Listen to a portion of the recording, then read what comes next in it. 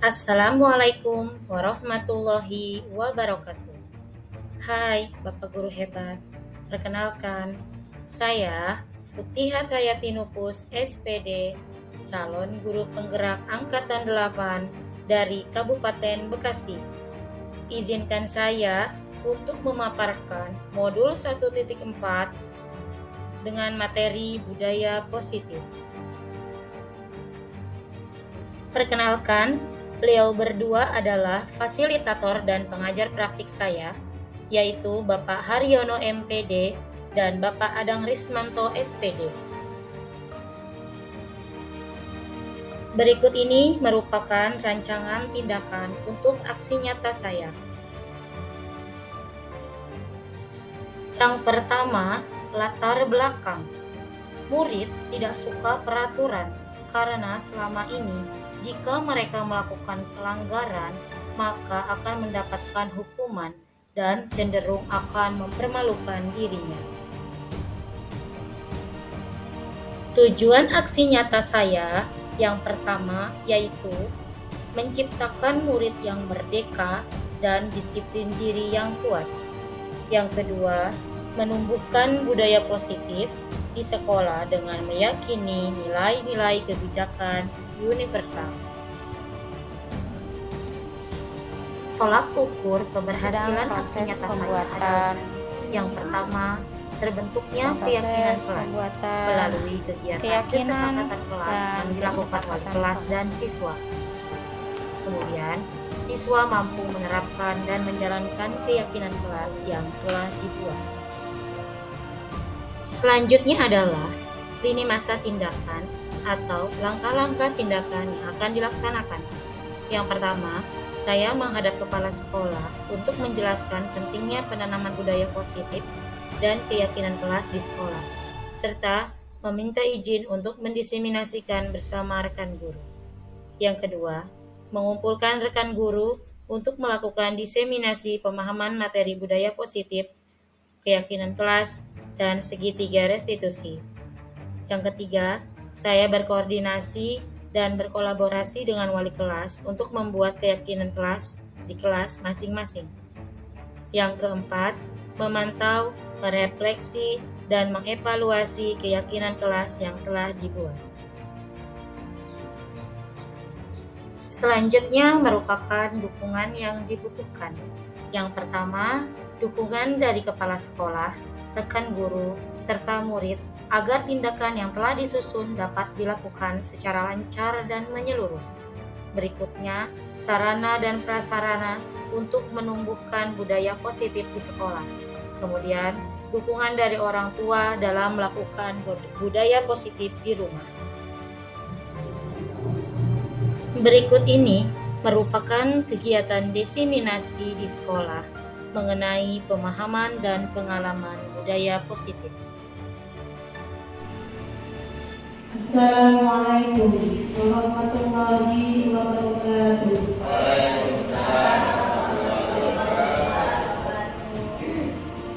Alhamdulillah, wasyukurillah, amma ba'du.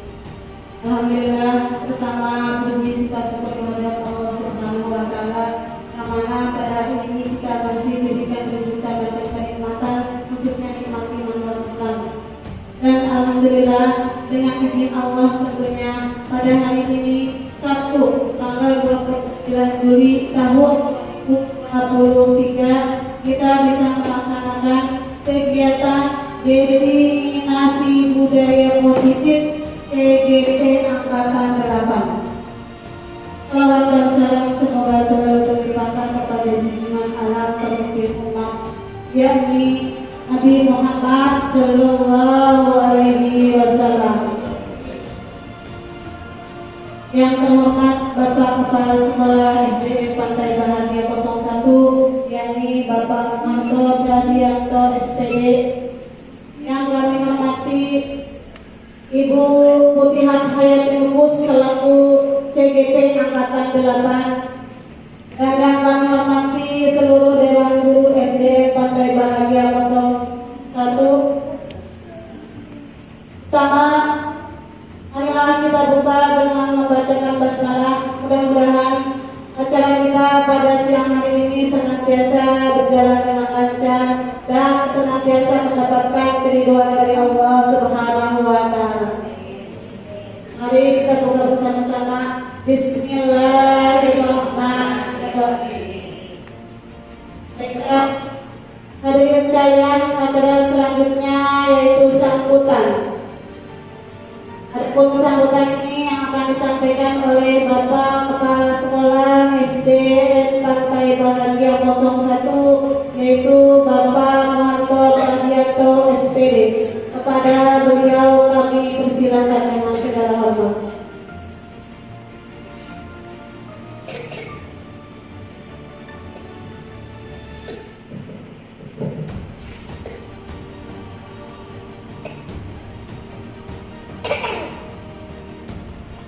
Assalamualaikum warahmatullahi wabarakatuh.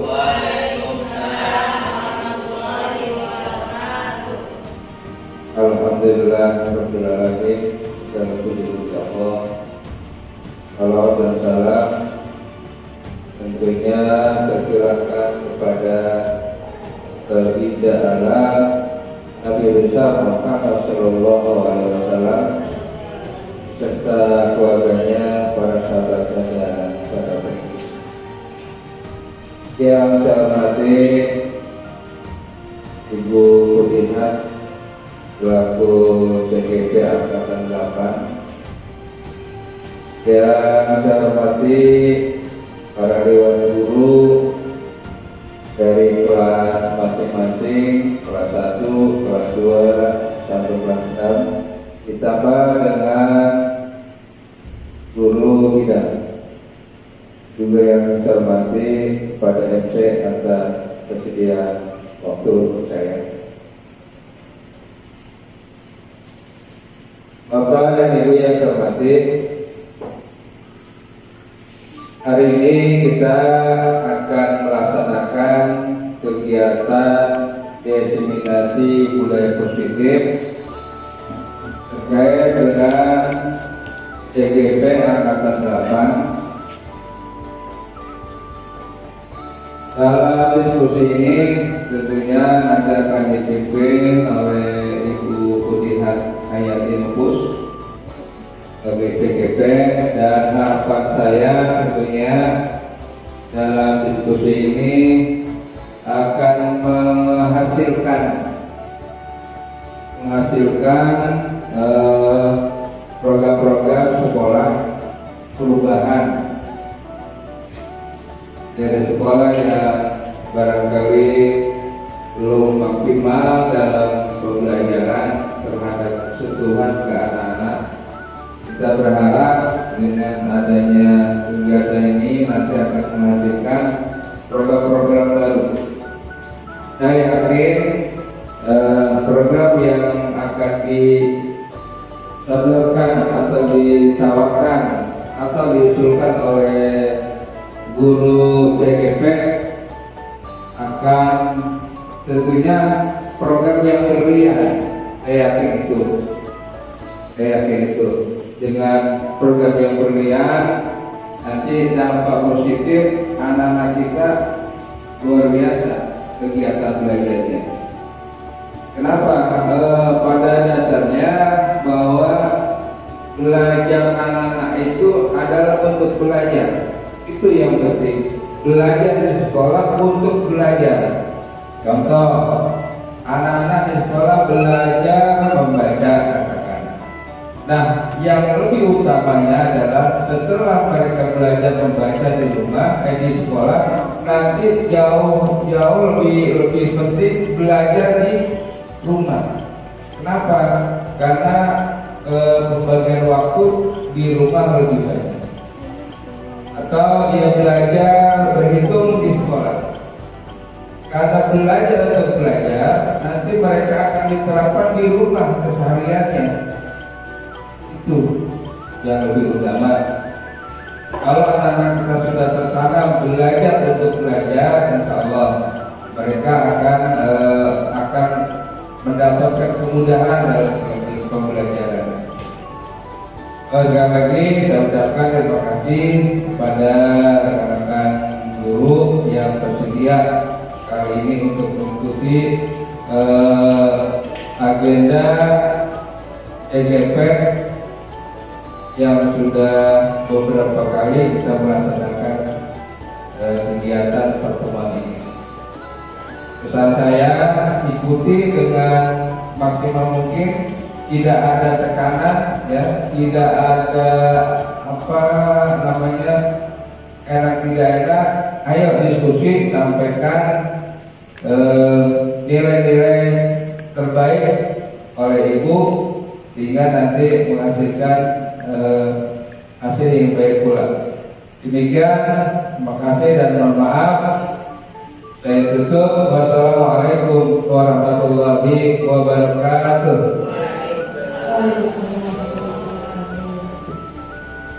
kasih diberikan yang tadi disampaikan oleh Bapak Kepala Sekolah. Hingga pada selanjutnya yaitu acara inti pemaparan penerapan budaya positif yang akan disampaikan oleh pemateri kita yaitu Ibu Putihah Hayati Lubus SPD sebagai calon guru penggerak angkatan 8. Kepada beliau kami persilakan dengan segala hormat.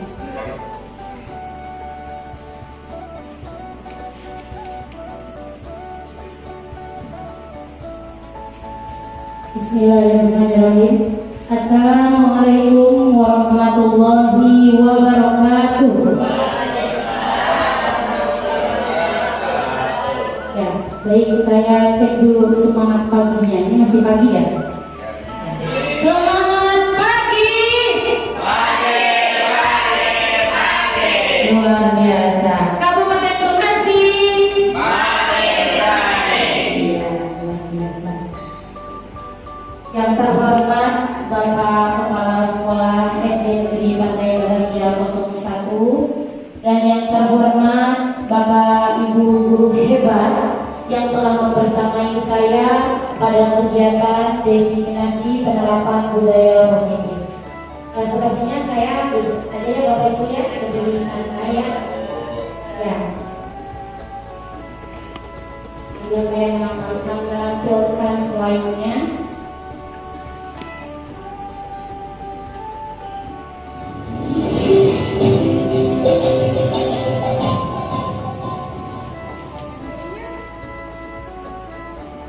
Ya, ini kegiatan kita hari ini adalah aksi nyata modul 1.4 penerapan budaya positif disusun oleh saya Putihah Hayati Lubus SPD calon guru penggerak angkatan 8 SD Negeri Pantai Bahagia 01 Kabupaten Bekasi. Ini kepala sekolah saya Muhammad Radiono SPD. Di sebelahnya saya Putihah Hayati Lubus SPD calon guru penggerak angkatan 8.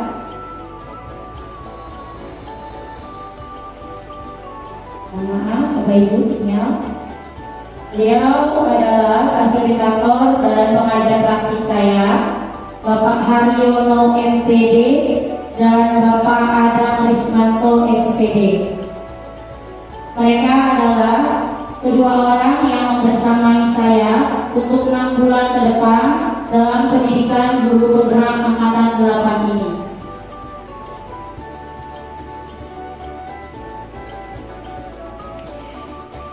Di sini untuk pertama saya ucapkan selamat datang para guru hebat SD Negeri Pantai Bahagia 01. Mari belajar bersama, berkolaborasi, saling mendukung demi mewujudkan disiplin positif di sekolah kita tercinta. Baik Bapak Ibu, kegiatan hari ini adalah salah satu tugas aksi nyata saya untuk mengikuti pendidikan guru penggerak. Di sini saya sudah menyelesaikan satu modul, di mana satu modul ini terdiri dari 4 submodul, modul 1.1 sampai modul 1.4. Dan ini adalah modul yang terakhir di modul 1, yaitu tentang penerapan budaya positif. Untuk itu, saya ditugaskan untuk melakukan pengimbasan tentang apa yang sudah saya pelajari pada modul ini.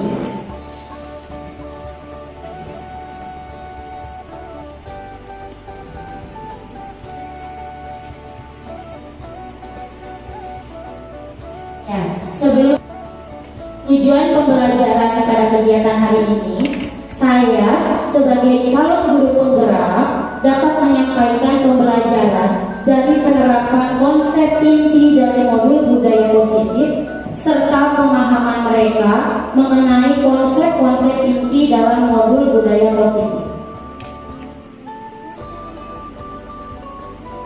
Ya, baik.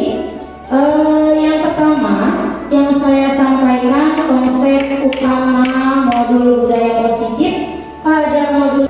Ya, baik. Yang pertama yang saya sampaikan konsep utama modul budaya positif pada kita akan mempelajari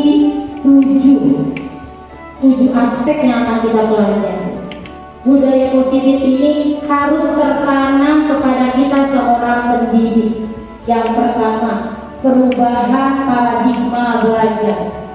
Yang kedua, disiplin positif.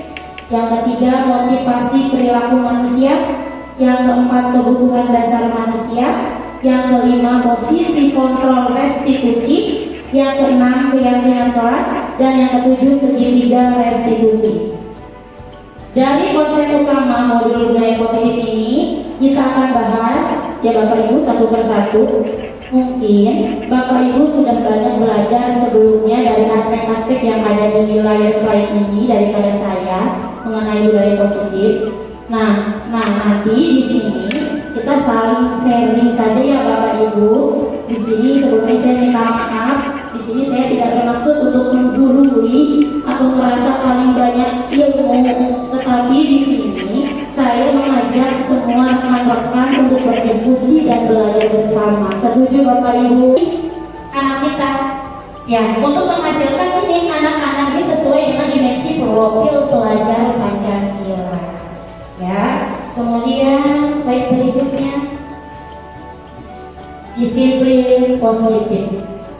Bapak Ibu, kalau saya mengatakan kata disiplin, apa yang ada di pikiran Bapak Ibu? Tetapi waktu peraturan, iya. Ketika mendengar kata disiplin, itu pasti terlintas di pikiran kita. Orang itu menghubungkan kata disiplin itu dengan kata tertib, aturan, teratur, mengikuti peraturan gitu ya. Kadang disiplin juga sering dihubungkan dengan hukuman. Padahal disiplin dan hukuman itu sungguh hal yang berbeda. Karena belajar tentang disiplin positif itu tidak harus dengan memberi hukuman. Justru itu adalah salah satu alternatif terakhir dan bila perlu tidak usah digunakan hukuman tersebut. Dalam budaya kita, makna disiplin dimaknai menjadi sesuatu yang dilakukan seseorang pada orang lain untuk mendapatkan kepatuhan. Kita cenderung menghubungkan kata disiplin dengan ketidaknyamanan. Sebagai pendidik, tujuan kita adalah menciptakan siswa-siswi yang memiliki disiplin dari diri sehingga mereka bisa berperilaku dengan mengacu kepada nilai kebajikan universal dan memiliki motivasi intrinsik bukan ekstrinsik. Maksudnya seperti ini. Ketika siswa tersebut melaksanakan disiplin, itu untuk dirinya sendiri, bukan untuk dipuji oleh guru. Kita tuh belajar disiplin positif seperti itu, bukan ingin terlihat bagus di depan guru, bukan seperti itu. Kita menginginkan disiplin positif itu karena kita misalnya gini, oh saya berpakaian rapi untuk diri saya sendiri, saya tepat waktu ya untuk diri saya sendiri, bukan untuk dinilai guru. Kita itu sebagai pendidik harus menanamkan hal itu, bukan karena takut dikasih hukuman, takut nanti ditegur oleh guru, seperti itu. Itu pembelajaran disiplin positif. Disiplin positif ini merupakan satu cara penerapan disiplin yang bertujuan untuk menumbuhkan kesadaran dan memberdayakan anak untuk melakukan sesuatu tanpa sogokan, hukuman maupun ancaman. Dan mulai dari sekarang kita merefleksi diri, pernah nggak sih kita mengiming-iming anak, nanti kalau kamu tepat waktu nanti bapak akan kasih ini gitu.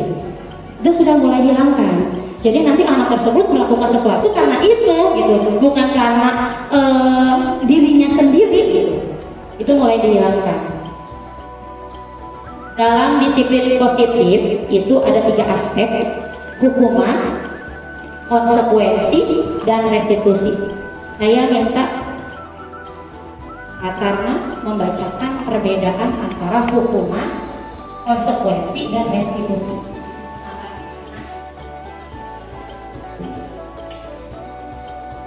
Hukuman. Sistem tidak akan berjalan bila murid tidak takut mendorong, menyalahkan diri. Anak belajar menyembunyikan kesalahan.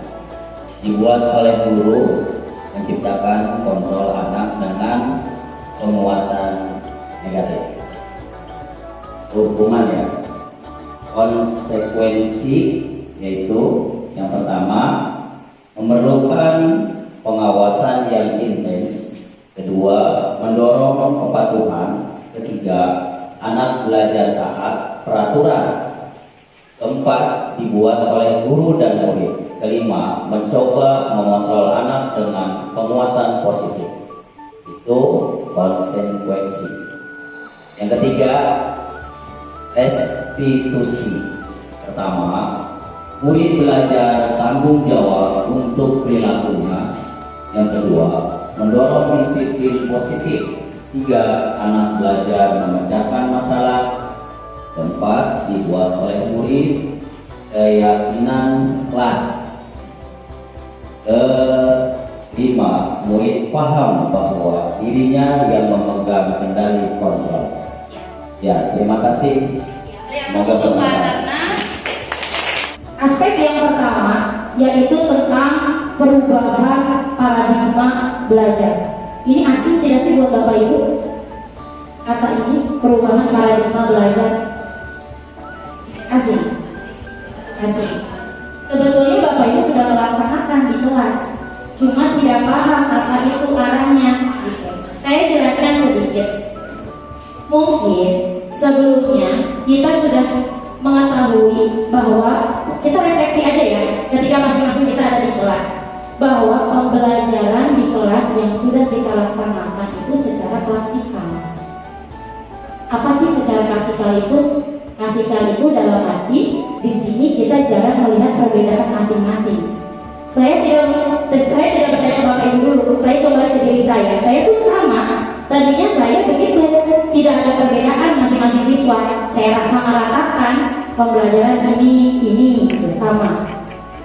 Ternyata sebetulnya apa yang kita lakukan itu sangat besar Bapak Ibu. Kita menyamaratakan anak itu dengan pengajaran kita berikan itu salah. Di sini dari pembelajaran paradigma baru ini, apalagi sekarang kita sudah masuk kurikulum apa Bapak Ibu? Ya, IKM ya, implementasi kurikulum merdeka. Bahwa pembelajaran itu tidak boleh secara klasikal, disamaratakan, tidak boleh menurut IKM itu. Menurut IKM itu, kita masih ingat untuk IKM pembelajarannya seperti apa? Berdiferensiasi ya, kita pernah baca itu kita? Belum ya. Jadi pembelajaran IKM itu ya, ini khusus untuk sekolah kita kan yang baru melaksanakan IKM itu kelas 1 dan kelas 4. Kita sama-sama belajar ya, Ibu guru kelas 1 dan Ibu guru kelas 4. Bahwa pembelajaran kurikulum mereka itu harus pembelajaran yang berdiferensiasi. Yang bagaimana sih yang berdiferensiasi itu? Artinya di dalam kelas itu kita harus melihat perbedaan keunikan siswa. Masing-masing siswa itu unik. Dia punya gaya belajarnya masing-masing. Contoh di kelas Bu Eda, ada tidak sih sekarang kelas 1 yang baru nih ya? Ada nggak yang gaya belajarnya pengennya tempurung? Ada nggak? Ada yang sambil berdiri. Nah itu yang disebut pembelajaran diferensiasi. Kita harus membedakan. Jangan kita tuntut. Contoh, kita sebut saja anak. Jangan kita tuntut anak itu harus sama dengan Abdullah Hussein. Jangan seperti itu. Kita harus bisa membedakan tugas yang diberikan ke Abdullah Hussein harus berbeda ke anak. Seperti itu Bapak Ibu untuk pembelajaran diferensiasi. Jadi kita harus mulai perbedaan keunikan dari masing-masing siswa dalam kelas. Tujuannya untuk apa sih? Tujuannya untuk mewujudkan profil pelajar Pancasila. Ada 6 dimensi yang sedang digencar-gencarkan dalam kurikulum merdeka. 6 dimensi pelajar Pancasila. Ada yang masih ingat 6 dimensi pelajar Pancasila? Saya minta ini dari guru kelas tinggi dulu, Ibu Neta. Silakan untuk 6 dimensi pelajar Pancasila. Yang pertama, Ya, untuk 6 dimensi pelajar Pancasila, kalau saya yang pertama itu beriman dan bertakwa kepada Tuhan Yang Maha Esa, dan berakhlak mulia. Yang kedua, berkebinekaan global. Yang ketiga, bergotong royong. Keempat, mandiri, kreatif, dan berjalan serius. Tepuk tangan bagi dia.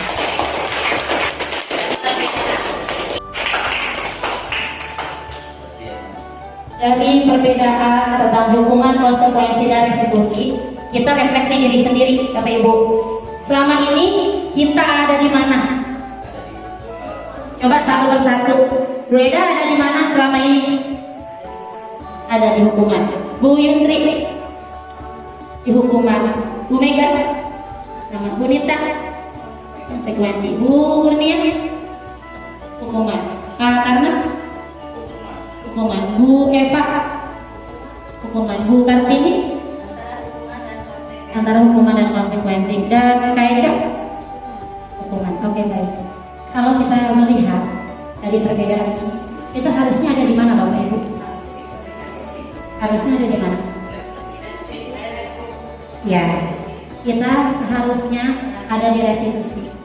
Susah, iya memang susah. Tapi semuanya butuh proses, kita sama-sama belajar.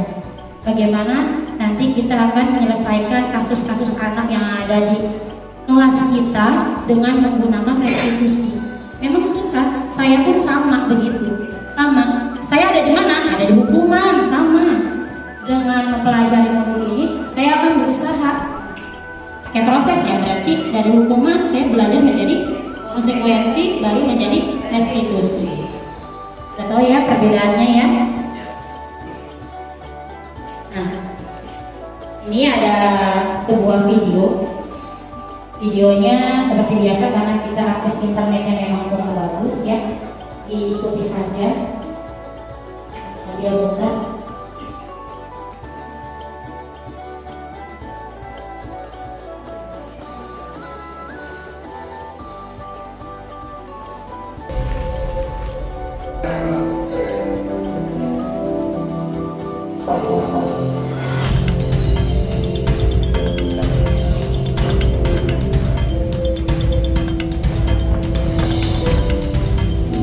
Maaf Pak, saya terlambat. Dari lagi, kenapa ya? Kamu ini kok gak bisa jadi anak disiplin seperti yang lainnya? Dari teman-teman kamu yang lain bisa datang pada waktu. Bahkan ya, setengah jam sebelum jam Bapak mulai, mereka sudah datang. Maaf Pak, selamat pagi. Udah, dari ini Bapak gak mau dengar apapun alasan kamu. Kamu tahu kan? Alasan apa? Sini, udah tangan kamu.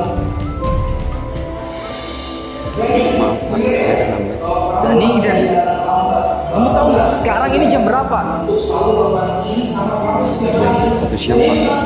Dan kamu tahu kan jam Bapak itu mulainya jam berapa? Jam setengah 1 siang Pak. Kamu itu kan kelas siang ya?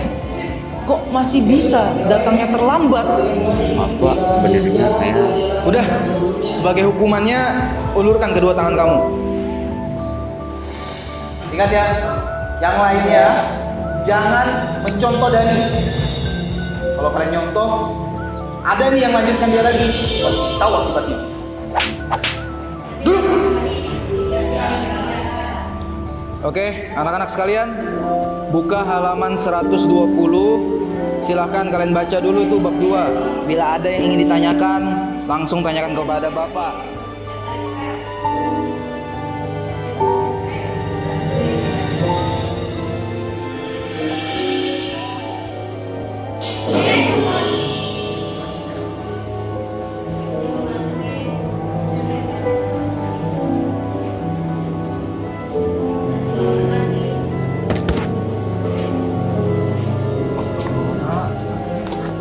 Apa ada luka? Gak ada Pak, gak apa-apa kok. Kalau lewat sini hati-hati ya. Sudah nanti licin. Ya Pak, terima kasih. Soalnya saya udah terlambat. Nggak apa-apa, kuat kok. Jadi siap-siap aja kalau eksem. Beneran tidak apa-apa. Iya, nggak apa-apa. Masih terus saja sana. Iya, di sini. Yaudah deh Pak, saya permisi dulu.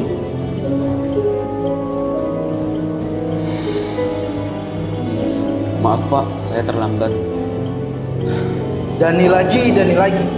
Kenapa ya? Kamu ini kok nggak bisa jadi anak disiplin seperti yang lainnya?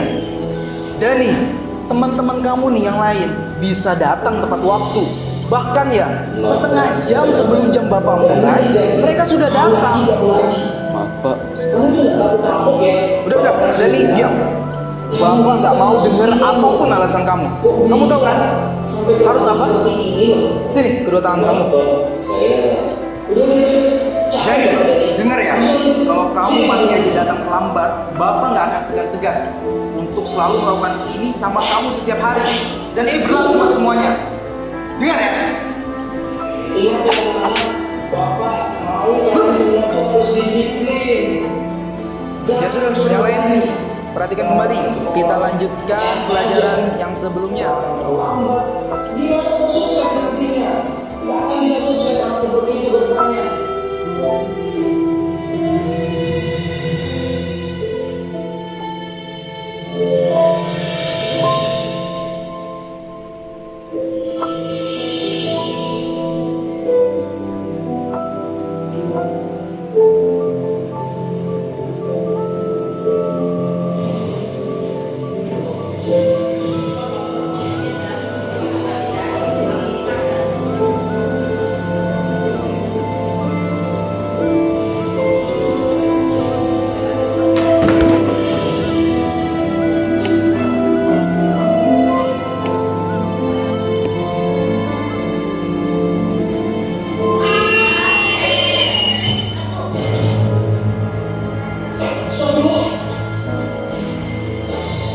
ini kardusnya mau dibawa kemana Pak? Biar saya bantu.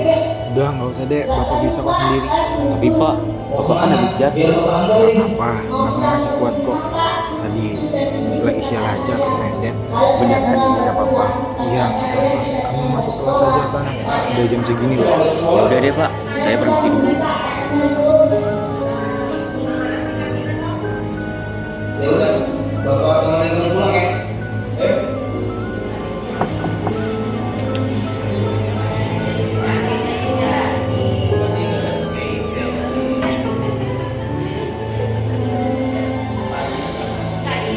Maaf Pak, saya terlambat. Dani, kamu lagi. Kamu itu nggak kapok-kapok ya? Bapak kasih hukuman. Kamu itu kan masuk siang loh. Kok bisa sampai terlambat seperti ini loh? Maaf Pak, saya... Udah. Capek Bapak Dani. Langsung aja. Sini tangan kamu.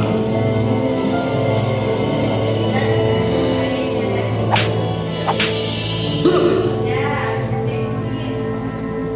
Ingat ya anak-anak, Bapak mau kalian semua tuh harus disiplin. Jangan mencontoh Dani. Datang ke sekolah seenaknya aja. Datang terlambat. Gimana mau sukses nantinya?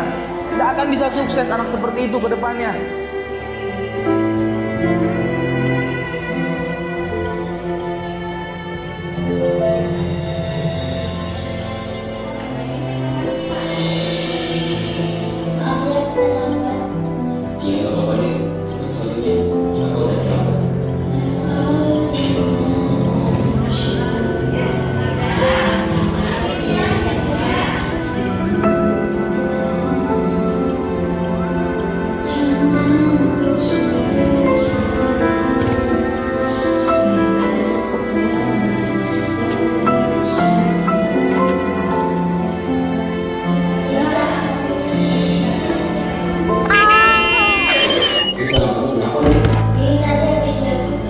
Astagfirullah.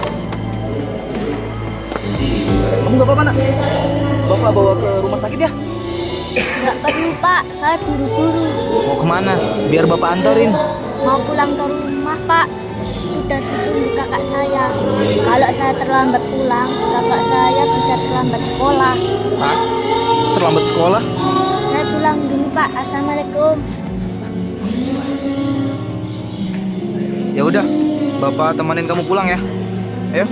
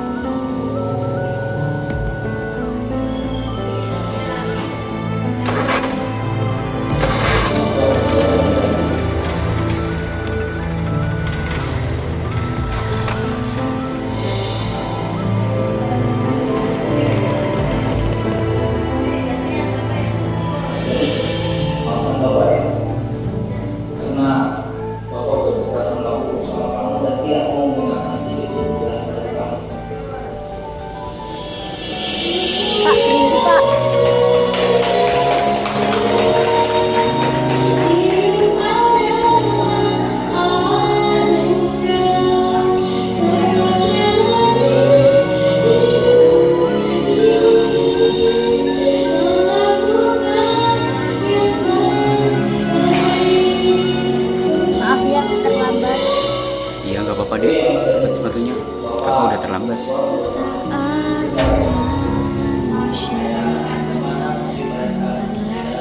Ini Bapak ada hadiah mungkin tidak seberapa untuk kamu diterima ya. Apa itu? Ayo dibuka aja. Kamu lihat aja sendiri. Bapak yakin kamu pasti suka. Ini Kak sepatu. Loh, itu tangan kamu kenapa, Dek? Ini tadi habis jatuh Kak. Ini buat saya Pak. Iya. Nanti diobati. Ya Kak, ini nanti Armobet. Biar kamu datang selamat lagi ke sekolah. Alhamdulillah, kakak berangkat dulu. Ya Kak, hati-hati. Iya. Bapak juga ucapkan Assalamualaikum. terima kasih. Hidup adalah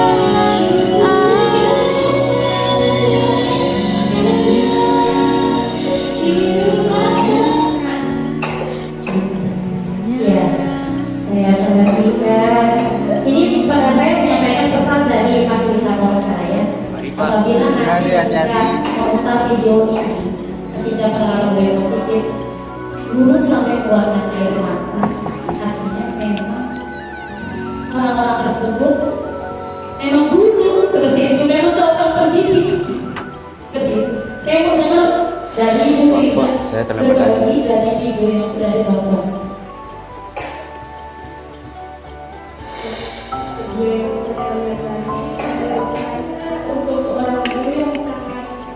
Mas Dani, maafkan Bapak ya, karena Bapak udah berprasangka buruk sama kamu dan tidak mau mendengarkan sedikit pun penjelasan dari kamu.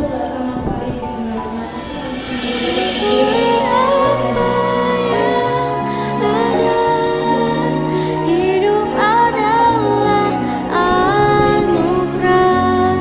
Tetap jalani hidup ini. Melakukan yang terbaik.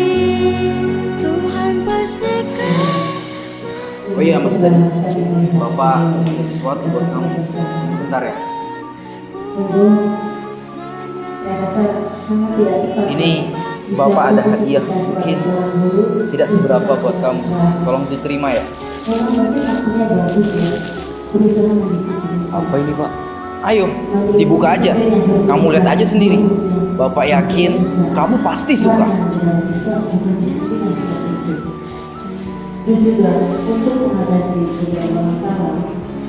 Wah, ini sepatu sekolah. Ini buat saya, Pak. Iya, sepatu itu buat kamu. Biar kamu nggak datang terlambat lagi ke sekolah. Alhamdulillah. Terima kasih ya, Pak. Saya janji tidak akan terlambat sekolah lagi. Iya, Bapak juga ucapkan terima kasih. Syukuri apa yang ada. Hidup adalah anugerah. Tetap jalani hidup ini. Melakukan yang terbaik. Tuhan pastikan menunjukkan kebesaran dan kuasanya bagi hambanya yang sabar. Lebih memahami murid kita satu persatu. Kita jangan menjudge kesalahan mereka itu sebagai sebuah apa ya? Sebuah sebuah kesalahan yang terus berlangsung. Kita harus mengerti dulu apa maknanya. Yang pertama, kita harus melakukan pendekatan bersama. Itu yang harus kita lakukan. Kita harus tahu dulu anak kita dari keluarga yang seperti apa. Bukan lagi dari itu anak siswa SMP ya. Ya, kemudian dari itu SD. Gak tahunya apa yang terjadi. Dia melakukan itu bukan karena memang dia menginginkan waktu. Ternyata, ya, apa? Iya, tidak menyesatu seperti itu. Nanti ini akan terkait dengan materi kita selanjutnya. Maaf, Pak. Saya terlambat. Dani, kamu tahu nggak sekarang ini jam berapa? Jam 1 siang, Pak. Dan kamu tahu kan jam Bapak itu mulainya jam berapa? jam 1:30 Pak. Kamu itu kan kelas siang ya? Kok masih bisa datangnya terlambat? Ini saya akan Maaf Pak, bagikan. sebenarnya saya Udah, sebagai hukumannya ulurkan kedua tangan kamu. Konsekuensi. Nanti Bapak Ibu tinggal mengisi Ingat ya, apakah yang ini lainnya, hukuman atau konsekuensi. jangan. Ya, dari slide berikutnya. Di sini saya akan bagikan lembar kerja tentang hukuman atau konsekuensi. Nanti Bapak Ibu tinggal mengisi apakah ini hukuman atau konsekuensi. Saya akan bagikan ya Pak.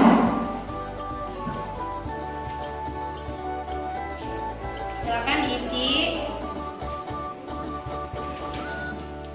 hukuman atau konsekuensi.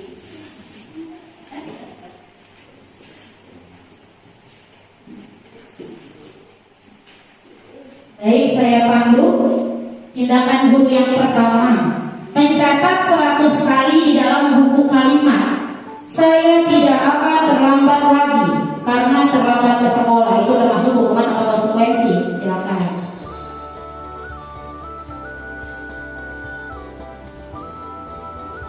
Yang kedua, lari mengelilingi lapangan basket 2 kali karena terlambat hadir di sekolah. Konsekuensi atau hukuman.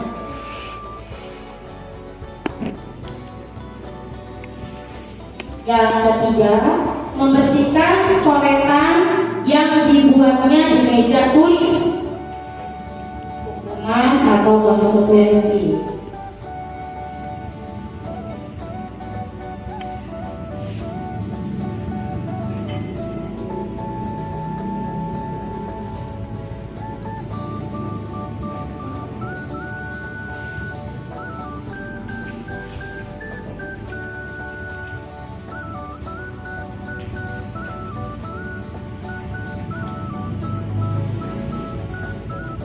Saya Bu Mega.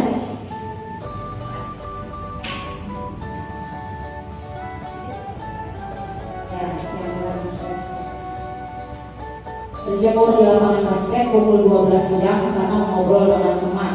Hukuman atau konsekuensi. Murid diminta bertelanjang kaki sepanjang hari karena tidak menggunakan sepatu warna hitam sesuai peraturan sekolah. Hukuman atau konsekuensi.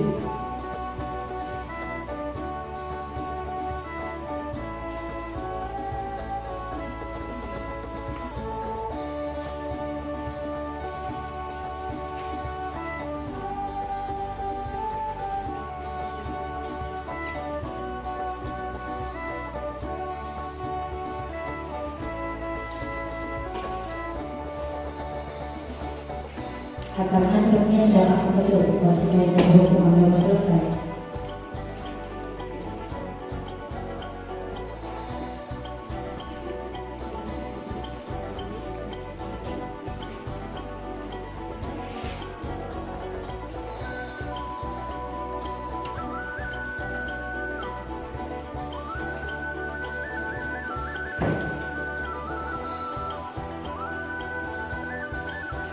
Sudah? Selesai?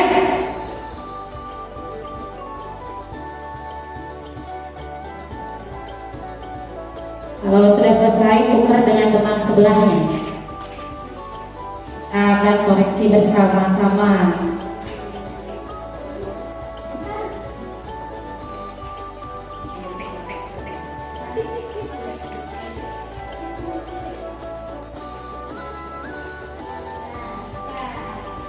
Ya, silakan kalau sudah ditukar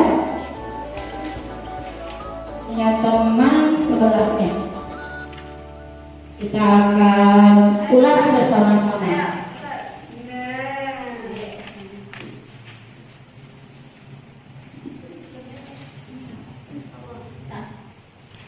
Bisa kita mulai? Nanti di slide depan langsung ada jawabannya ya. Siap. Nah, itu jawabannya. Mencatat 100 kali di dalam buku kalimat. Saya tidak akan terlambat lagi karena terlambat sekolah. Konsekuensi. Ya, silakan. Apa adanya. Nanti akan dikumpulkan hasilnya. Yang kedua, lari mengelilingi lapangan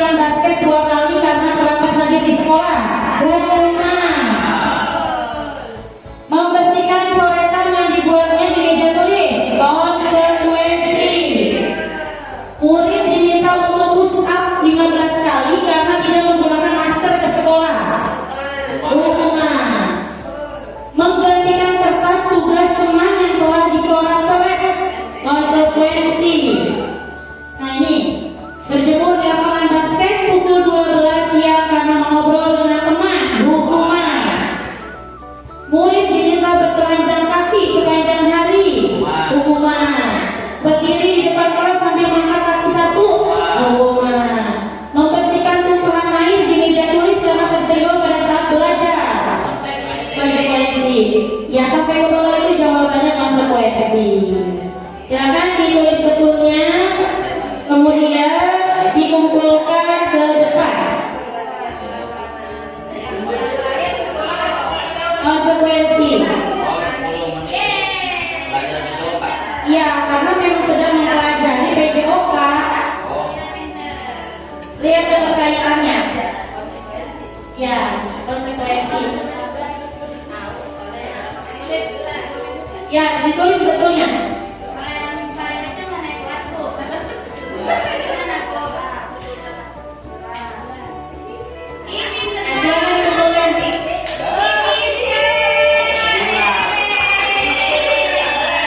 Kumpulkan satu orang di bawah depan.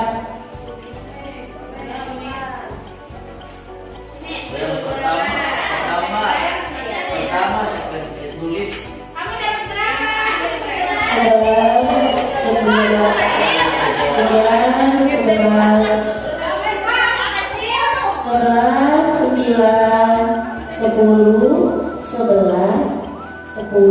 12. Pesan dari fasilitator saya, kalau masih di atas 9 benar-benar guru. Iya. Benar-benar guru. Terima kasih. Saya pukul 12 siang karena ngobrol dengan teman, hukuman atau konsekuensi. Murid diminta bertelanjang kaki sepanjang hari karena tidak menggunakan sepatu warna hitam sesuai peraturan sekolah. Hukuman atau konsekuensi.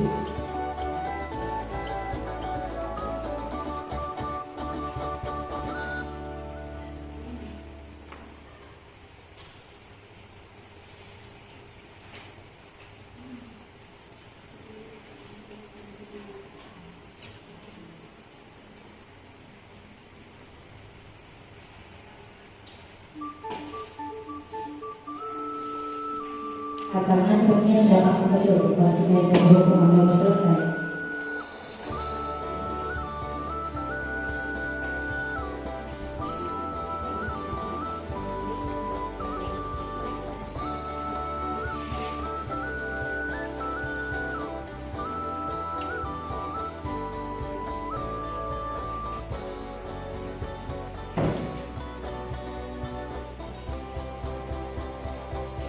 Sudah? Selesai?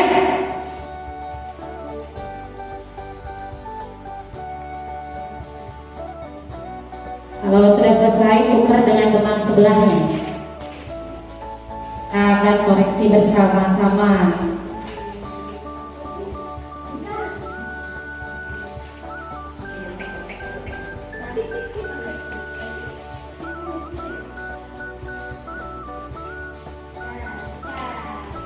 Ya, silakan kalau sudah ditukar dengan teman sebelahnya.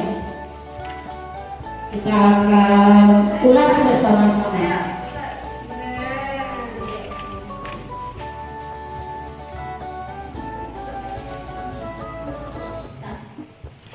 Bisa kita mulai? Nanti di slide depan langsung ada jawabannya ya. Ya.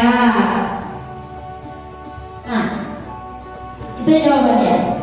Mencatat 100 kali di dalam buku kalimat. Saya tidak akan terlambat lagi karena terlambat sekolah. Konsekuensi. Nah, silakan apa adanya. Nanti akan dikumpulkan hasilnya. Yang kedua, lari mengelilingi lapangan basket 2 kali karena terlambat lagi di sekolah. Benar. Membersihkan coretan yang dibuatnya di meja tulis. Konsekuensi.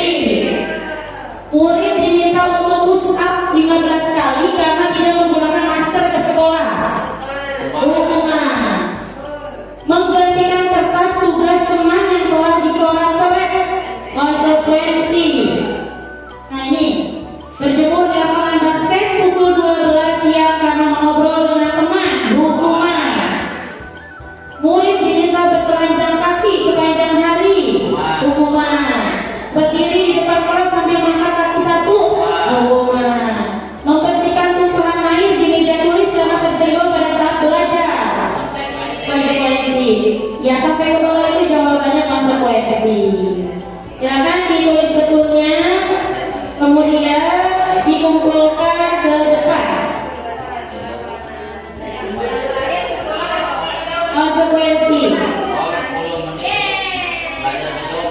Ya, karena memang sedang mempelajari PJOK. Lihat keterkaitannya. Ya, konsekuensi. Ya, ditulis betulnya.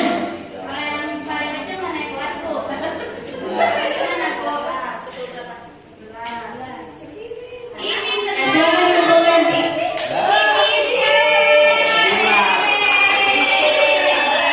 Kumpulkan satu orang di bawah depan.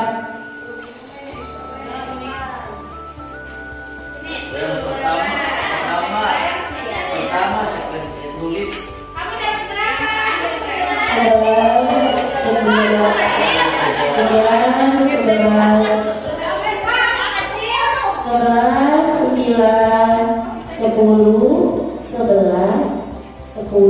12. Pesan dari fasilitator saya, kalau masih di atas 9 benar-benar guru. Iya. Terima kasih atas diskusinya. Kemudian slide berikutnya. Nah ini Bapak Ibu dilihat ke depan perbedaan hukuman dan konsekuensi.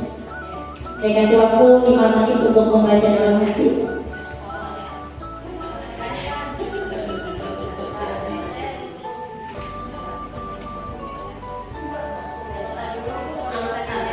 Ya, silakan.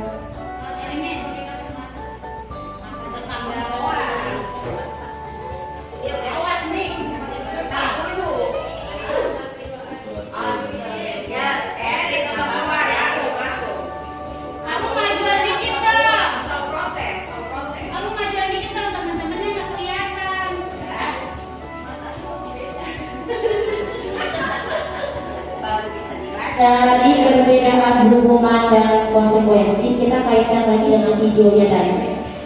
Ada yang masih ingat kalimat yang diucapkan gurunya Dani yang kira-kira mengena ke hati Dani dan tidak akan hilang memori itu? Siapa yang masih ingat? Ya, silakan Bu Siti Jubaida. Bagaimana kalimat gurunya Dani? Bagaimana mau sukses ke depannya kalau dari sekarang aja udah sering terlambat. Tepuk tangan. Menurut Bapak Ibu, kalimat yang dikeluarkan oleh gurunya tadi itu akan terus terlihat dan itu. Pertanyaan saya lagi, boleh tidak memori itu dihilangkan? Ada yang bilang tidak? Memori tersebut boleh tidak dihilangkan? Silakan Bu, tidak ini pendapatnya. Boleh tidak memori itu dihilangkan? Ya mungkin bisa juga tidak dihilangkan karena itu sebagai motivasi diri kita dengan kata-kata yang diucapkan oleh gurunya itu akan teringat sebagai motivasi kita untuk kita berhasil bahwa saya memang berhasil. Terima kasih.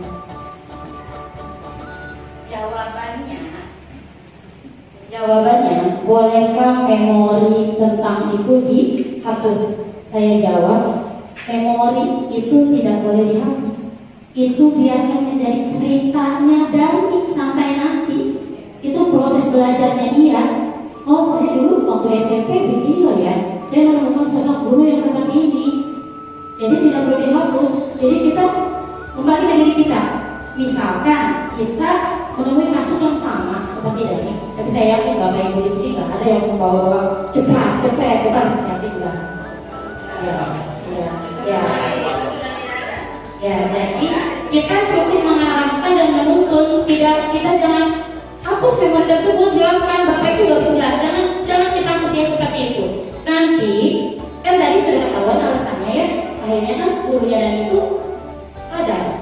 Oh, ternyata saya itu harus lebih mengerti. Ternyata mulai saya bedani punya alasan kenapa dia datang menghadap seperti itu. Jadi jangan dihapus memori itu.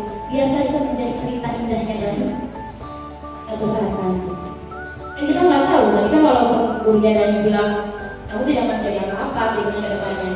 Nggak tahu kan yang masuknya terlambat usia atau jadi presiden itu nggak pernah. Kebahagiaan seorang guru itu melihat murid itu sukses sebenarnya sih Bapak Ibu. Walaupun terkadang lupa gitu ya, atau guru pun ya seperti itu. Tapi kita kebanggaan sendiri ngelihat kalau itu murid kita, itu murid kita loh. Gitu. Apa-apa nggak ditanya juga. Tapi kita pernah memberikan ilmu untuknya. Slide berikutnya. Ya, materi berikutnya yaitu tentang motivasi perilaku manusia. Motivasi perilaku manusia disadur dari dia dosen Facilitation Restructuring School Discipline 1998 ketika halaman 70-71. Motivasi perilaku manusia itu yang pertama untuk menghindari ketidaknyamanan atau hukuman. Yang kedua, untuk mendapatkan imbalan atau penghargaan dari orang lain. Yang ketiga, untuk menjadi orang yang mereka inginkan dan menghargai diri sendiri dengan nilai yang mereka percaya. Bapak Ibu untuk nomor 2. Poin nomor 2. Pernahkah Bapak Ibu melakukan sesuatu ingin mendapatkan imbalan atau penghargaan dari orang lain? Pernah nggak sepanjang hidup Bapak Ibu? Pernah, Bu Eva. Coba. Bu Eva tadi menjawab pernah. Coba ceritakan.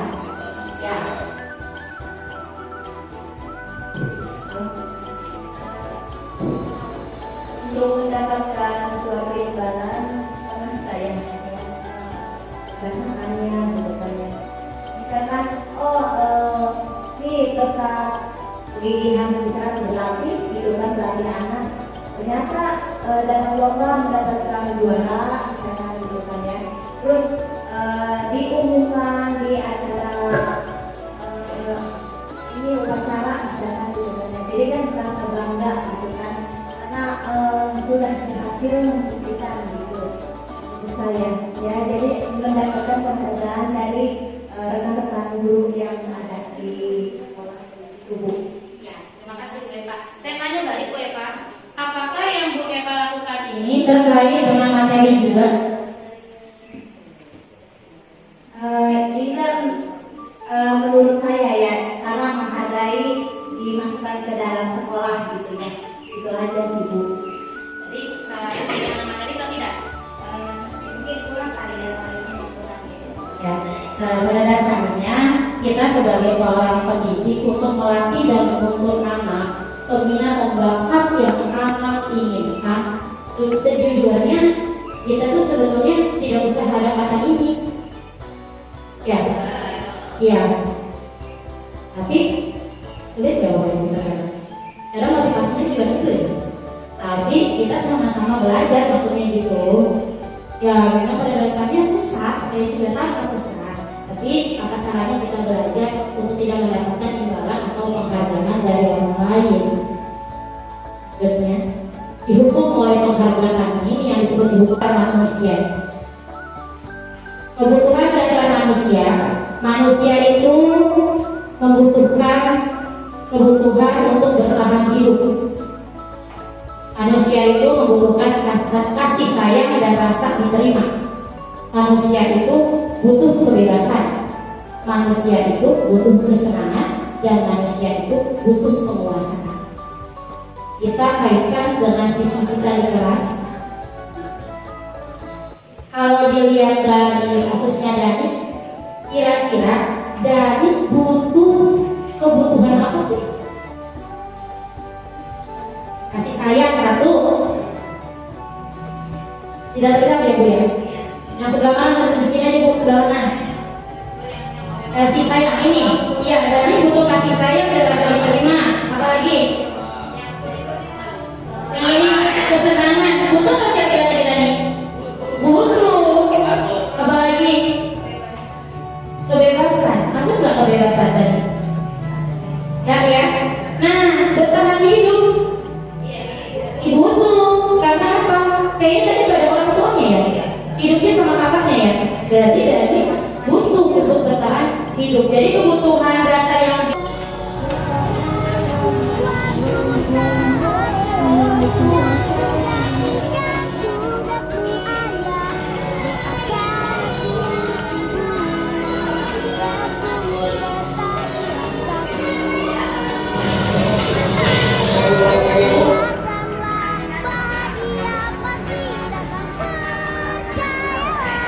Kamu jualan itu pakai seragam? Ya. Orang tua kamu mana? Nggak ada om. Kamu tinggal sama siapa? Sendiri. Sini. Jualan ini kamu buat apa? Untuk sekolah pulang.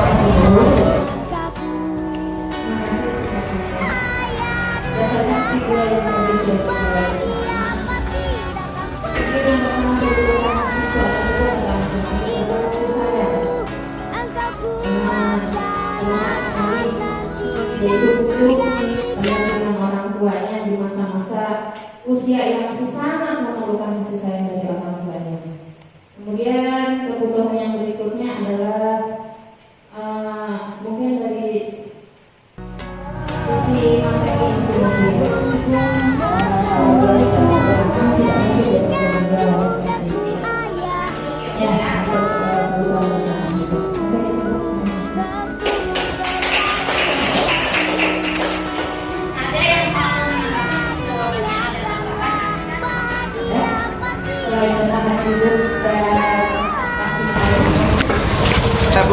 Kamu jualan itu pakai seragam? Ya.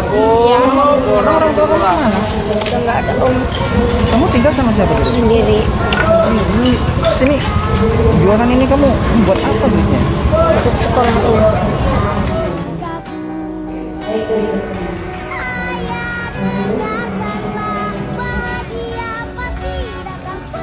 posisi kontrol manusia. Materi berikutnya. Posisi kontrol manusia.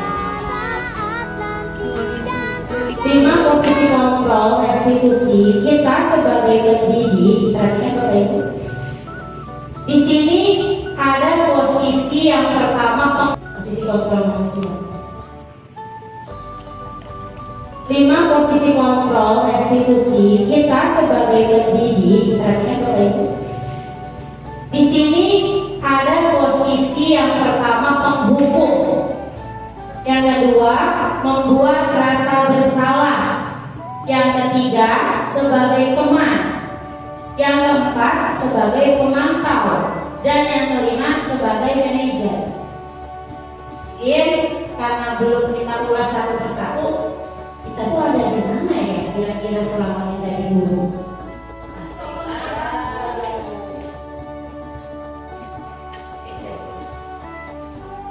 Baik Bapak Ibu, jadi ada 5 posisi kontrol yang harus diterapkan sebagai seorang guru di dalam kelas.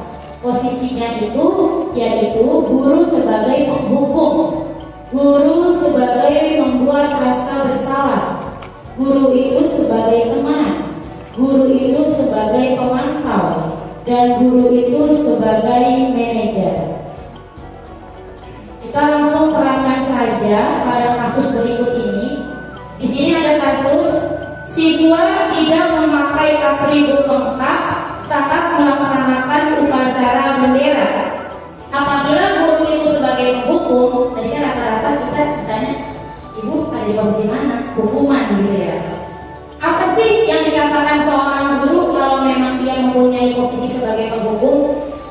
Patuhi aturan sekolah, lalu berdiri di depan barisan. Ceritanya berarti posisinya lagi sedang di lapangan. Itu kalau sebagai penghukum. Selanjutnya, guru sebagai pembuat rasa bersalah. Berapa kali ibu harus memberitahukan kamu, ibu kecewa dengan kamu. Itu tipe guru membuat rasa bersalah. Jadi saat itu memang benar dia bersalah gitu. Dan yang ketiga, posisi guru sebagai teman. Apa sih yang dikatakan kalau guru sebagai teman? Ayolah tertib, buat ibu bangga. Kali ini tidak apa-apa kamu salah. Lain kali jangan ya. Itu sebagai teman. Kalau sebagai pemantau seperti apa? Kamu sudah melanggar. Kamu tahu peraturan dan konsekuensinya. Itu sebagai pemantau. Lalu kalau sebagai manajer seperti apa ya? Apakah kamu tahu kesalahanmu? Bagaimana kira-kira kamu akan memperbaiki kesalahan ini? Nah, saat ini kita refleksi lagi.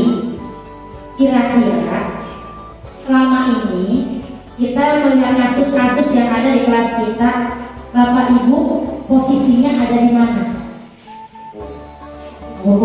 Baik, pertama mengukur, Bu Eda.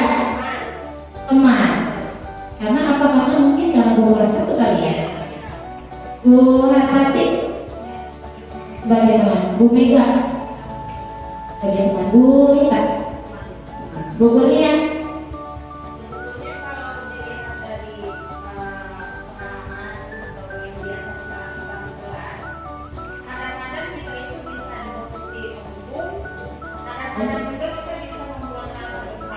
Boleh. Ya. Oke.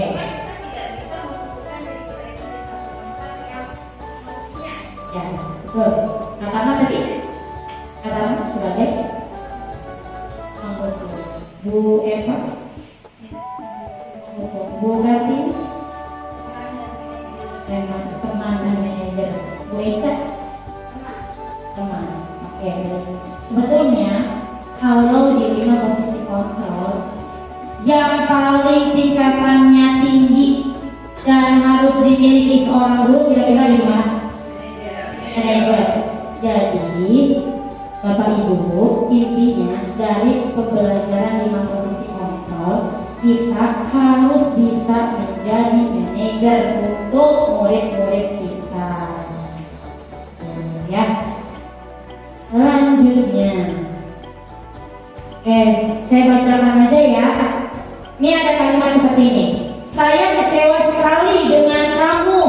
Itu termasuk ke posisi apa ya tadi? Iya, membuat merasa bersalah. Kamu tidak pernah benar melakukannya. Jadi apa tuh? Sebagai merasa bersalah. Merasa bersalah. Ayolah, lakukan demi ibu. Apakah kamu mau mendapatkan stiker bintang hari ini? Kamu selalu kamu tidak pernah berhasil dalam menyelesaikan tugas ini. Jadi artinya Bapak Ibu ini sudah paham ya peran 5 kontrol seorang guru. Next, keyakinan kelas. Bapak Ibu saya tanya, 1 minggu kemarin kita MPLS, 1 minggu sekarang sudah masuk KDM. Di awal pembelajaran sudah melakukan asesmen diagnostik. Baru mulai. Ada yang tahu tujuan kita melakukan tes asesmen diagnostik? Ya, jadi kita belajar bersama ya. Asesmen diagnostik itu adalah tes awal untuk kita mengetahui minat belajar anak. Nanti tujuannya kemana? Ke pembelajaran diferensiasi. Nanti kita akan mengetahui minat anaknya apa nih, keunikan anak ini apa nih, tujuannya buat apa? Untuk memenuhi kebutuhan belajar mereka. Nanti terkaitnya dengan apa? Yang tadi 5 kebutuhan dasar. Intinya dari melakukan asesmen diagnostik. Baru mulai. Ada yang tahu tujuan kita melakukan tes asesmen diagnostik? Ya, jadi kita belajar bersama ya. Asesmen diagnostik itu adalah tes awal untuk kita mengetahui minat belajar anak. Nanti tujuannya kemana? Ke pembelajaran diferensiasi. Nanti kita akan mengetahui minat anaknya apa nih, keunikan anak ini apa nih, tujuannya buat apa? Untuk memenuhi kebutuhan belajar mereka. Nanti terkaitnya dengan apa? Yang tadi 5 kebutuhan dasar. Intinya dari materi 1, kedua, ketiga, keempat, dan seterusnya itu punya keterkaitan ya. Nah, keyakinan kelas. Ayo silakan ditulis apa keinginan kamu. Kenapa keyakinan Tuliskan kelas? di kertas sticky note-nya. Kenapa tidak peraturan kelas saja? Buat petik dari kalimat ini coba berbagi. Kenapa keyakinan kelas bukan peraturan kelas? Sudah dituliskan semua?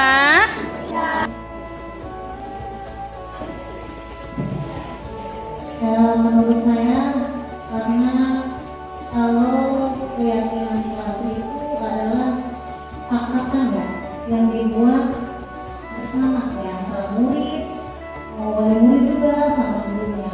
Sedangkan peraturan biasanya kalau peraturan itu kita sendiri sebagai guru yang menentukan, tidak di Ini adalah keyakinan kelas. Luar biasa, tepuk tangan. Ini tepuk tangan.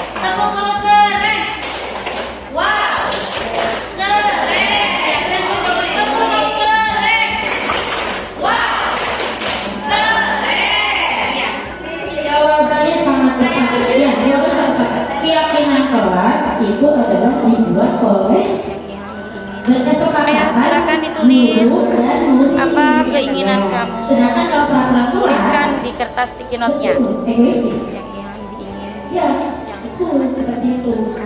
Nah, Ini adalah ini adalah pertanyaan pemantik. Mengapa kita memiliki peraturan tentang penggunaan sudah dituliskan semua.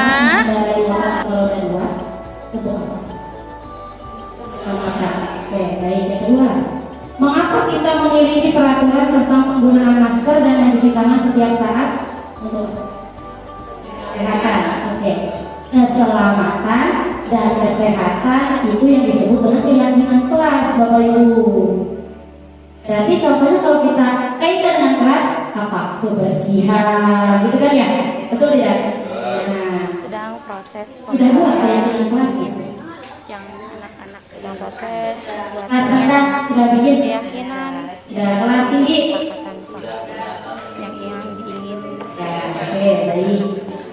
Keyakinan kelas, keyakinan merupakan nilai-nilai kebaikan atau prinsip-prinsip yang disepakati secara universal. Ayo silakan ditulis apa keinginan kamu. Tuliskan di kertas sticky note-nya. Pembentukan keyakinan kelas. Keyakinan kelas bersifat lebih abstrak daripada peraturan yang lebih rinci dan nyata. Keyakinan kelas berupa pernyataan. Sudah dituliskan semua. Pernyataan keyakinan kelas selalu dibuat dalam bentuk positif. Nah, Bapak Ibu, dalam perjalanan pembuatan keyakinan kelas, menemukan tidak anak itu membuat diri dengan kalimat dilarang membuang sampah sembarangan atau jangan berisik. Ada nggak menemukan seperti itu? Ada ya? Nanti tidak apa-apa, kumpulkan keinginan mereka. Gak apa-apa dia masih menggunakan kata dilarang, jangan. Tapi setelah itu kita ubah kalimat negatif tersebut menjadi kalimat positif. Kalau kalimat negatifnya jangan membuang sampah sembarangan, kita ubah ke kalimat positif menjadi apa? Buanglah sampah pada. Keren banget. Keren banget guru-guru kita ya. Selanjutnya, nah ini proses saya membuat keyakinan kelas 6 seperti ini. Nah, ini Ayo ya, silakan ditulis apa keinginan kamu. Tuliskan di kertas sticky note-nya. Oke, lanjut ya. Ini Setelah keyakinan dibuat, jadilah kesepakatan kelasnya. sudah dituliskan semua. Nah ini kesepakatan kelas yang sudah saya buat, contohnya kelas 6. Menjaga kebersihan dan melaksanakan tiket, disiplin waktu, jujur dan bertanggung jawab, saling menghargai, menyayangi dan berkata sopan, mengerjakan PR dan tugas sekolah, menyimak penjelasan guru, meminta maaf jika melakukan kesalahan, berdoa sebelum memulai pelajaran, bekerja sama dan selalu kompak. Ini contoh kesepakatan kelas 6 yang telah dibuat. Kesepakatan ini tentunya adalah hasil kesepakatan dari guru dan siswa. Ini contoh keyakinan kelas 1 nih, kelas kita. Setiap anggota kelas perlu belajar. Setiap anggota kelas perlu. Ayo silakan ditulis apa keinginan kamu. Tuliskan di kertas sticky note-nya. Dan perlu merasa aman. Yang di sebelah contoh kelas tinggi, keyakinan kelas 5. Selalu berpikir positif, senantiasa menjadi diri terbaik, percaya dan menghormati orang lain. Sudah dituliskan semua. Terhadap setiap tugas dan senantiasa membantu. Itu contoh keyakinan kelas rendah dan kelas tinggi. Materi yang terakhir yaitu segitiga restitusi. Mungkin ini kedengarannya asing untuk Bapak dan Ibu. Segitiga merestitusi sebagai sebuah cara menanamkan disiplin positif pada siswa. Menurut dosen, restitusi itu merupakan proses menciptakan posisi bagi siswa untuk memperbaiki kesalahan mereka, sehingga mereka bisa kembali pada kelompoknya dengan karakter yang lebih kuat. Restitusi dapat membantu siswa menjadi lebih mempunyai tujuan, disiplin positif, dan memulihkan dirinya ketika berbuat kesalahan. Ini ciri-ciri restitusi. Bisa dibaca, bisa kelihatan dari situ Bapak Ibu. Daya. Baik, restitusi salah satu jawabannya bukan tawaran, bukan paksaan. Termasuk Boleh, maju. baik atau tidak Nasya? Tidak baik ya. Nah, ini ada contoh penerapan langsung. Di sini ada kasus Nasya sering datang terlambat ke sekolah. Sebagai guru yang ingin menerapkan kontrol sebagai manajer atau manajer nih, kita harus menyelesaikan masalah tersebut dengan baik menggunakan tahapan segitiga restitusi. Tetapi Bu Puput akan membantu Nasya mencari solusi bagaimana memecahkan masalah yang sedang Nasya hadapi. Apa sih masalahnya? Terlambat datang ke sekolah gitu ya, Nah, sekarang ceritakan kepada Neni, kenapa Nasya bisa terlambat datang ke sekolah? Coba ceritakan. Tidurnya kemalaman. Jadi tadi Nasya datang ke sekolah terlambat karena tidurnya kemalaman. Memang tidurnya jam berapa? Jam 10 malam. Jam 10 malam berarti tidur. Oh, gitu ya. Jam 10 malam itu ngapain aja? Main HP sampai jam 10 malam. Nah, dan menurut Nasya, main HP sampai jam 10 malam itu termasuk perbuatan baik atau tidak? Tidak baik ya. Jadi perlu Contoh penerapan segitiga restitusi dalam kasus Nasya sering datang terlambat ke sekolah. Sebagai guru yang ingin menerapkan kontrol sebagai manajer, kita harus menyelesaikan masalah tersebut dengan baik menggunakan tahapan segitiga restitusi. yang ini tadi Dia tahu tidak kenapa Nasya itu itu pada tahu. Nasya tadi berangkat ke sekolah itu jam berapa? Kalau berangkat sekolahnya itu 7.30 itu artinya dari kalau terlambat dan termasuk perbuatan baik atau tidak ya? Baik ya, terlambat dan sekolah perbuatannya tidak baik. Nah, apa? Setiap manusia itu tidak ada yang sempurna. Setiap manusia pasti pernah melakukan kesalahan. Nah, di sini tidak mencari tahu siapa yang salah, tetapi guru akan membantu Nasya mencari solusi bagaimana memecahkan masalah yang sedang Nasya hadapi. Apa sih masalahnya? Terlambat datang ke sekolah itu ya. Siap melakukan perubahan? Tos dulu. Ya, untuk menyelesaikan kasus yang ada di kelas dengan menggunakan segitiga restitusi itu ada 3 langkah. Langkah pertama yang dilakukan pada segitiga restitusi yaitu dengan menstabilkan identitas. Yang seperti apa menstabilkan identitas? Jadi jika anak berbuat salah, maka ada kebutuhan dasar mereka yang tidak terpenuhi. Bagian dasar segitiga restitusi memiliki tujuan untuk merubah orang yang gagal karena telah berbuat kesalahan menjadi orang yang sukses.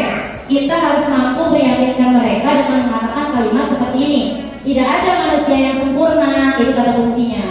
Atau saya juga pernah melakukan kesalahan seperti itu, ibu juga pernah melakukan kesalahan seperti itu. Itu tentang menstabilkan identitas. Langkah kedua yaitu dengan cara memvalidasi tindakan yang salah. Konsepnya kita harus memahami kebutuhan dasar yang mendasari tindakan anak berbuat kesalahan. Jadi dengan cara kita menanyakan, mengapa kamu melakukan itu?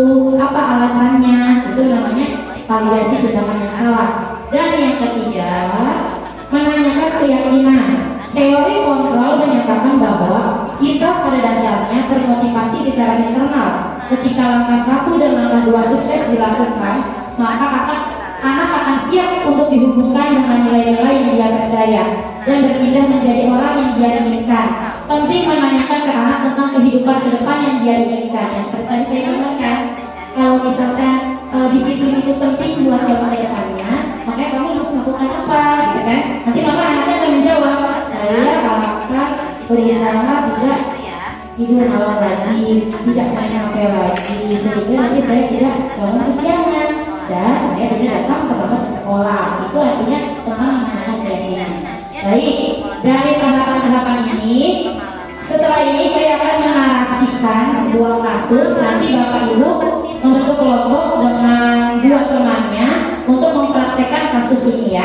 Saya narasikan ya, kalau dipahami narasinya tidak ada di slide.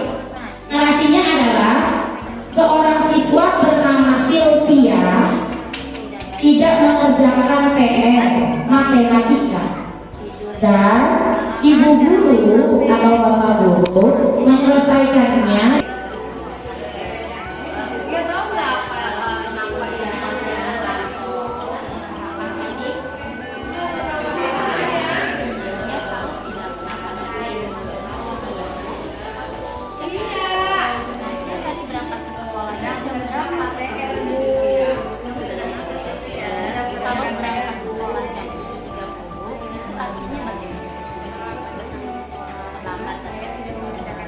Kalau terlambat datang termasuk perbuatan yang baik atau tidak Nasya? Baik ya, terlambat datang apa?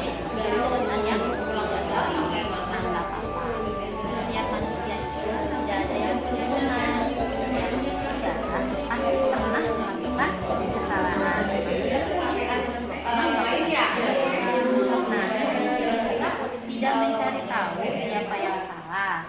Tetapi Bu Puput akan membantu Nasya mencari solusi bagaimana memecahkan masalah yang sedang Nasya hadapi. Apa sih masalahnya? Terlambat datang ke sekolah gitu ya, Nah, sekarang ceritakan kepada ibu kenapa Nasya bisa terlambat ke sekolah. Coba ceritakan. Pengalaman dari tadi Nasya datang ke sekolah terlambat karena tidurnya kemalaman. Memang tidurnya jam berapa? Jam 10 malam. Ya, di bagian akhir nih kita mau refleksi Bapak Ibu. Dari materi yang kita pelajari ada berapa materi yang sudah dipaparkan bersama-sama? 7. Yang pertama tentang apa? Ya, berusaha belajar. Yang kedua? Iya. Yang ketiga? Iya. 4, 5, 6. Jadi langkah dan yang terakhir. Iya, setelah ini kita mau merefleksikan perasaan apa yang ada di hati Bapak Ibu mengikuti kegiatan ini. Ya, sekarang saya mulai dari Ibu Siti ya. Itu penting nggak sih? Kalimatnya nggak usah panjang. Saya penting ya. Jadi Nasya meyakini bahwa nilai disiplin itu penting untuk kita. Jadi harus ditanamkan pada kita supaya tidak terlambat lagi datang ke sekolah. Jadi kira-kira nih Nasya ini agar memperbaiki tidak terlambat lagi datang ke sekolah ini harus melakukan apa? Tidurnya lebih awal. Dan apa lagi? Tidurnya jam berapa dan pasang alarm bagus ya. Kira-kira kapan Nasya mulai melakukan perubahan ini? Hari ini. Jadi Nasya hari ini akan mulai tidur lebih awal agar tidak datang ke sekolah.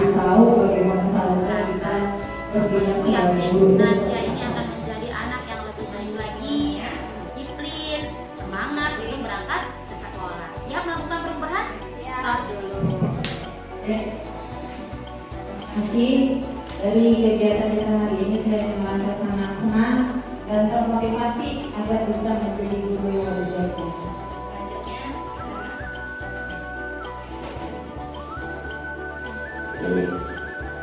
Terima kasih dan terutama saya ucapkan kepada Ibu Guru yang sudah memberikan begitu banyak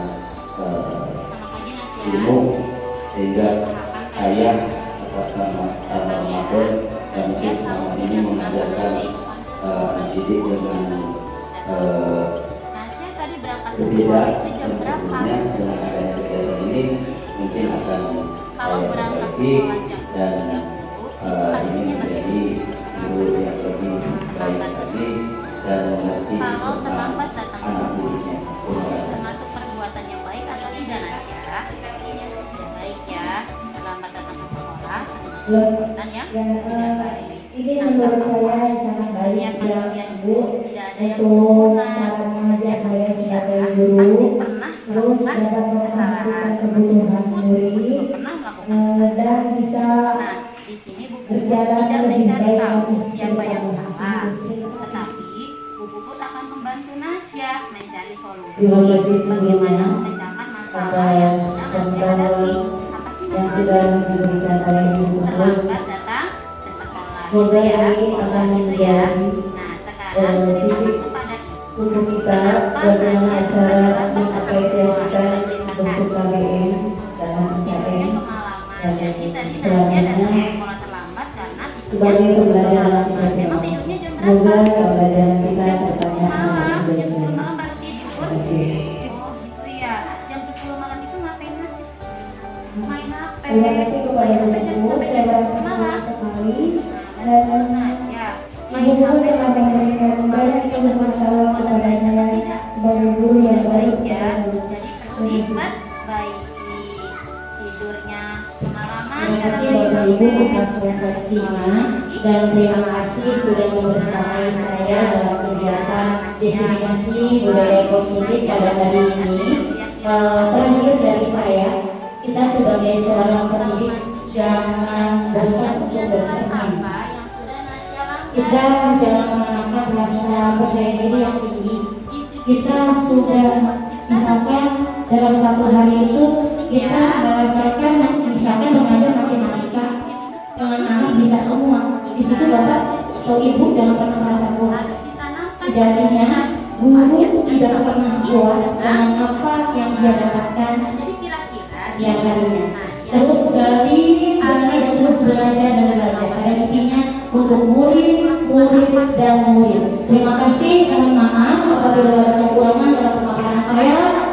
Salam guru penggerak, tergerak, bergerak dan menggerakkan. Billahi taufiq wal hidayah. Wassalamualaikum warahmatullahi wabarakatuh. Hari ini akan mulai tidur lebih awal agar tidak datang ke sekolah lambat. Oke, Bapak dan Ibu sekalian, alhamdulillah saya sudah kegiatan diseminasi budaya positif CGP angkatan 8 untuk bulan ini, dan kita ucapkan banyak terima kasih kepada Ibu Mutiara Hayatikus atas ilmunya yang telah diberikan kepada kita semua. Mudah-mudahan kita bisa menerapkan untuk kedepannya dengan baik.